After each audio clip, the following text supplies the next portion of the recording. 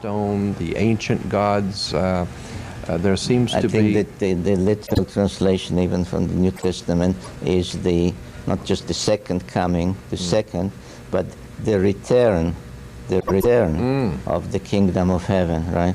Yes, return. That brings us to probably... the conclusion of this interview. Yeah. Well, the planet, Nibiru. Is there anything I can have you say concerning the return of Nibiru that you... Not yet, but okay. I promise you another interview. I promise. When I can speak about it. Let me again say that it is not only a pleasure but an honor to be with you, and I do very much appreciate your time. It's always a pleasure to be interviewed by someone who knows almost as much as I do. I leave a little for myself. You are a giant, and I appreciate your time. Thank you very much. Created Elohim, the heaven and the earth. Oh, okay. So the Supreme Creator created the Annunaki, Elohim, the heaven and the earth. It says, and in that time, God created the heavens and the earth was without form and void. I am told, as I have researched this, that it can be equally and legitimately translated a different way. Rather than the earth was without form and void, it can be translated the earth was a waste and a desolation, or became a waste and a desolation, implying that there was already an earth situated, then came a great destruction, and then the earth became a waste and a void. So that the implications from what I can gather is that Genesis 1:1 is saying what you have established, and then Genesis 1:2 is saying that the earth that we have today is a recreation or a new situation because it was an earth in former times that was destroyed. Not just to me, to all scholars, that the story of creation and then continuation, the Tower of Babel, the Garden of Eden, and of course the deluge, the Great Flood, are really versions, concise versions based on the earlier Sumerian writings. People have to remember that Abraham was a Sumerian, and therefore if these are versions of the Sumerian epic of creation, and Enuma, then the words Tehom Rabbah, which are translated as chaos and all the other terms that you have mentioned, really refer to Tiamat, Rabbah, Tiamat the great Tiamat, and therefore it is precisely what the Sumerian texts say, that there was another planet and that perished in the celestial battle and the collision. To the words or to the name Tiamat links to the same meaningful result. In other words, that Earth is the result of a celestial catastrophe. There was a catastrophe from which our planet emerged. Right. Yeah. So it leads to the same conclusion in different ways, and maybe it's good that two approaches lead to the same conclusion.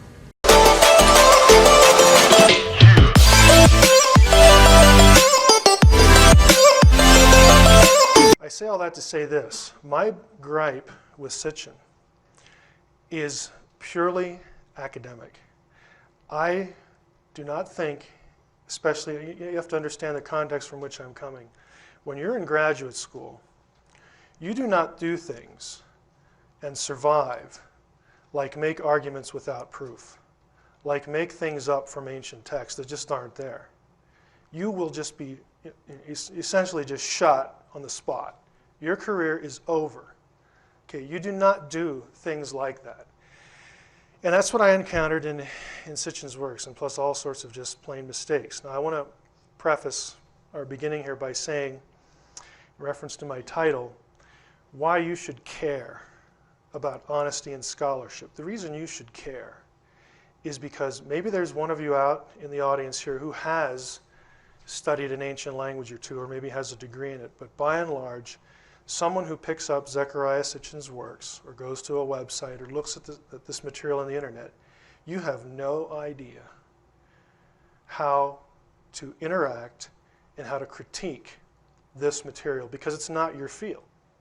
When you are being fed information related to this material, and the author knows that you cannot check him, that's why you should care. Because you are being sold a bill of goods. We are not on the level here that I disagree with certain translations of tablets. The level we're talking about here is that the material either exists or it doesn't. We're not talking about differences of translation technique. We're talking about fabrication of material. What I can stand up here and tell you tonight is that his scholarship is really bad. Okay, that I can say.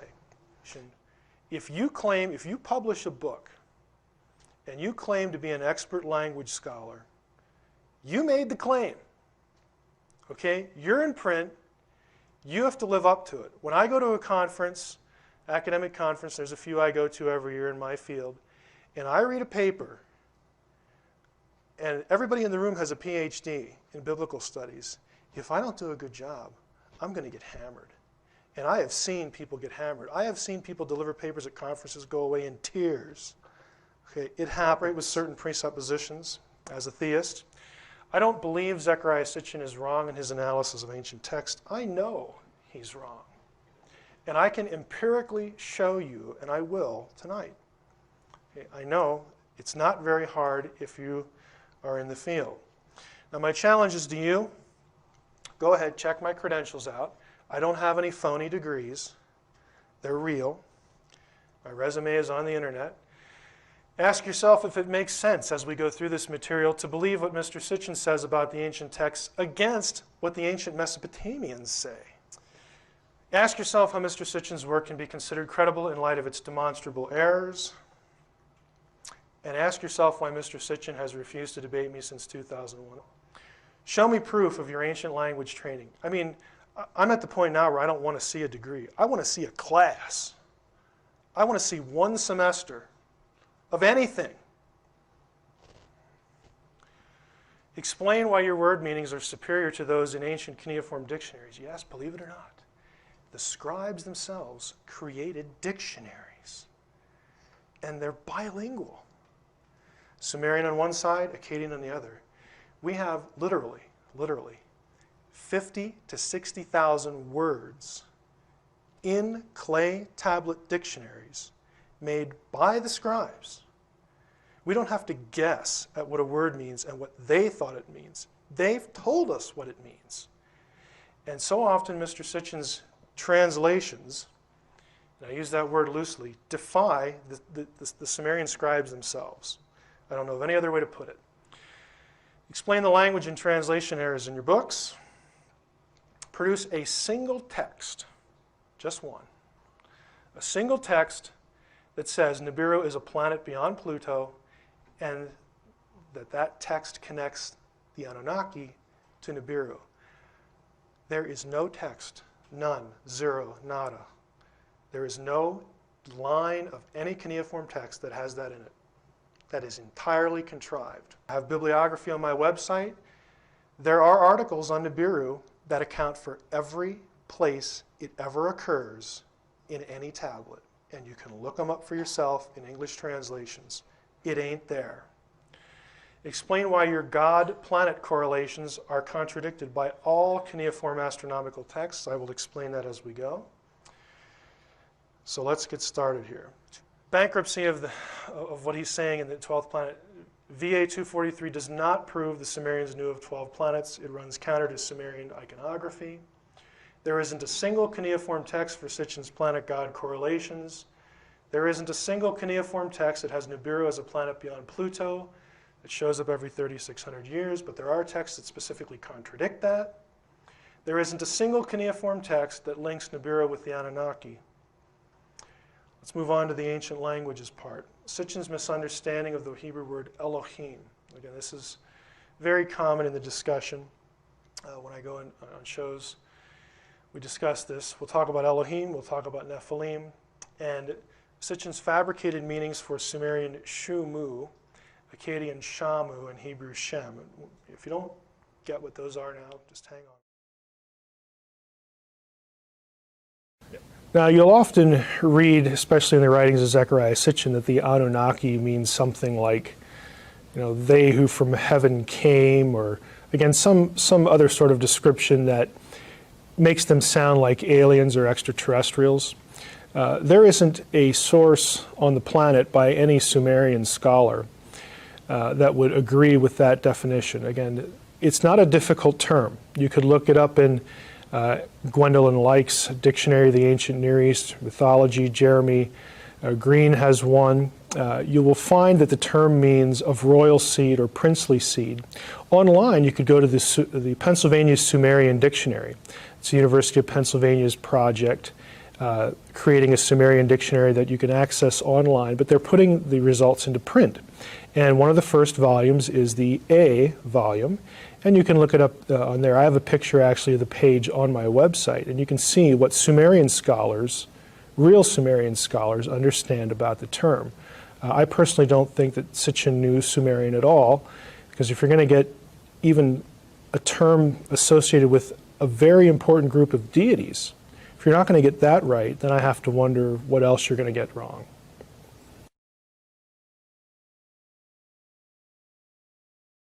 I often get sent pictures of what are purported to be, and what to our eye looks like, some sort of serpentine feminine figure, some sort of figurine or idol or something from Mesopotamia, with some note about, here's an Anunnaki. The Anunnaki are the reptilian race that controls the planet, yada, yada, yada. Well, these figures are actually very well known. They are from, in many cases, a site called Ubaid, or the Jemdet Nasser period, in Mesopotamian archaeology. The problem for the ancient astronaut theorist is that all of these figurines are prehistoric. Just go up, Google them, Google Ubaid, U-B-A-I-D, on the internet with figurine and put something in like serpent or reptile or something. You're going to get information on them. They're all prehistoric sites, which means, by definition, they were created and put there before writing. Why is that important? Because there has never been a single shred of writing, single piece, single tablet, single line of anything that has these figurines identified. There is no basis, there's no evidence in Mesopotamian archaeology, in the history of the field, that connects these figurines with the Anunnaki. That is an entirely invented connection. So right away you have a fundamental problem. You cannot use these figurines as proof of the worship of the Anunnaki. And about that, serpents and serpent iconography, serpent idols and whatnot are fairly common in the ancient Near East, and I think the reasons are fairly simple. Serpents were often looked at as figures associated with healing and rebirth and life, and the reason for that is simple. You're dealing with a pre-scientific culture, and to them, when they see a serpent shed its skin, it speaks of rebirth, almost as if it's being reborn, regenerated, made new. So it naturally became a symbol for regenerative power, healing power, and regeneration. So the fact that serpent figures were venerated in such a way isn't surprising to me at all. But there's actually no evidence that connects them in any way with the Anunnaki. And so this is another point that Sitchin has literally invented. Now, one of the oddities you'll see when you read the works of Zecharia Sitchin and those who follow him are taking a term like Nephilim and somehow getting a translation like those who came down, again trying to make them sound like ancient astronauts, or people of the fiery rockets. Both of those translations are demonstrably incorrect in biblical Hebrew. I think the latter one is just patently absurd. One of the major resources that people can use, that's available for free in fact, for digging into the vocabulary of Sumerian and Akkadian is something known as the CAD, C-A-D, the Chicago Assyrian Dictionary,